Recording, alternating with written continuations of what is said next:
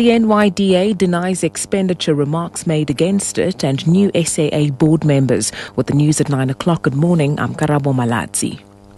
The National Youth Development Agency says it's a blatant lie that more than 100 million rand of taxpayers' money has been wasted in irregular expenditure. According to a stinging report by Auditor General Terence Nombembe, procurement procedures at the NYDA have been found wanting. The report was tabled in Parliament. More than two-thirds of the agency's spending does not comply with the National Treasury regulations. NYDA CEO Stephen Ngubeni has more.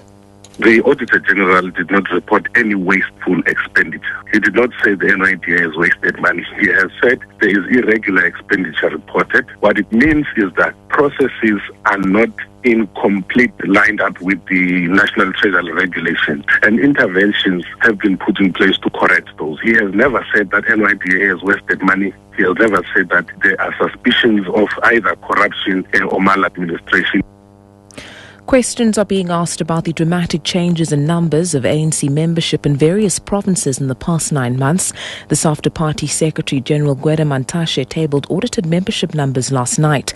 They show that the ANC has grown from just over 1,027,000 in January to just over 1.2 million members currently. However, Mantashe was quizzed about the rapid growth of provinces like KwaZulu-Natal and the decline of provinces like the Eastern Cape. KwaZulu-Natal, the biggest ANC province, surged from around 244,000 members in January to just over 331,000 members. This, as the second biggest province, the Eastern Cape, shrunk from around 225,000 members to just 187,000 members. ANC Secretary General Gwede Mantashe has more. I can't give you a scientific answer to that, except that there is a great effort of building the organization in KZN. They're actually a big province, by the way, which has always been underrepresented in this. It is having 11 regions. The Eastern Cape is having 8 regions. The decline in the Eastern Cape, really I can't explain it except that it just indicates that there should be serious underlying organizational problem that we must attend to. The ANC's National Executive Committee has now opened the nomination of candidates ahead of the party's elective conference in December in Mangaung. The process will run until the 26th of November. Public Enterprises Minister Malusi Gigaba has appointed new SAA board members after the chairperson and 6 other members quit. The new members are Vuyisile Kona, Andile Mapizela, Andile Kumalo, Bongisizwe Mpondo, Rajesh Naitani, Carol Roskruger and Rasibe Lepule and Nonhlanhla Kubeka.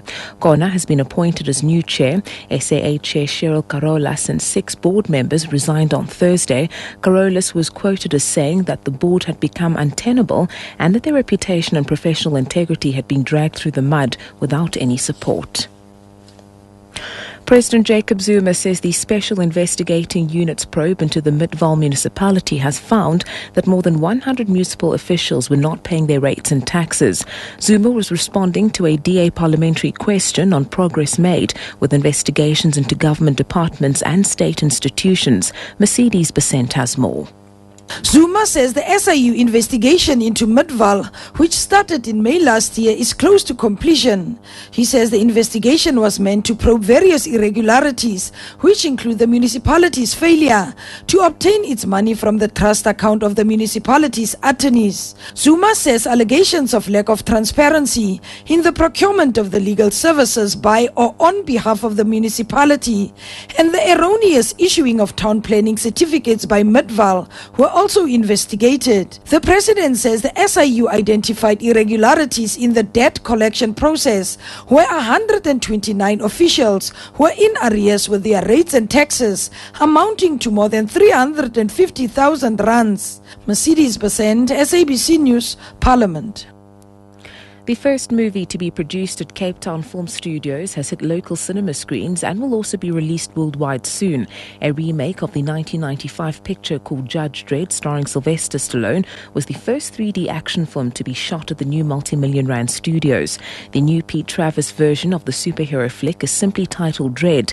International film star Carl Urban, who portrays the lead, says audiences are in for a fun ride. He elaborates on his preparations for the role.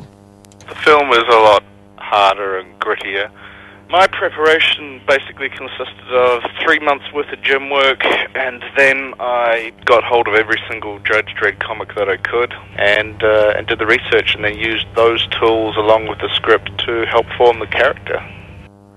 Cape Town Film Studios has reached another milestone with the recent announcement that a pirate adventure drama Black Sails will be shot there from January next year. And finally, the American television network Fox News has apologized for showing a man fatally shooting himself in the head on live television after a police chase. Here's the BBC's Zoe Conway. Police were pursuing the man because he was suspected of stealing the car he was driving. The suspect fired at the officers that were following him, along with a TV news helicopter that was covering the car chase live. The pursuit came to a shocking conclusion when the suspect stumbled out of the vehicle and shot himself with a handgun. The clearly horrified Fox News presenter Shepard Smith quickly apologised. "We really messed up," he said. Fox News explained that the pictures were broadcast as a result of severe human error.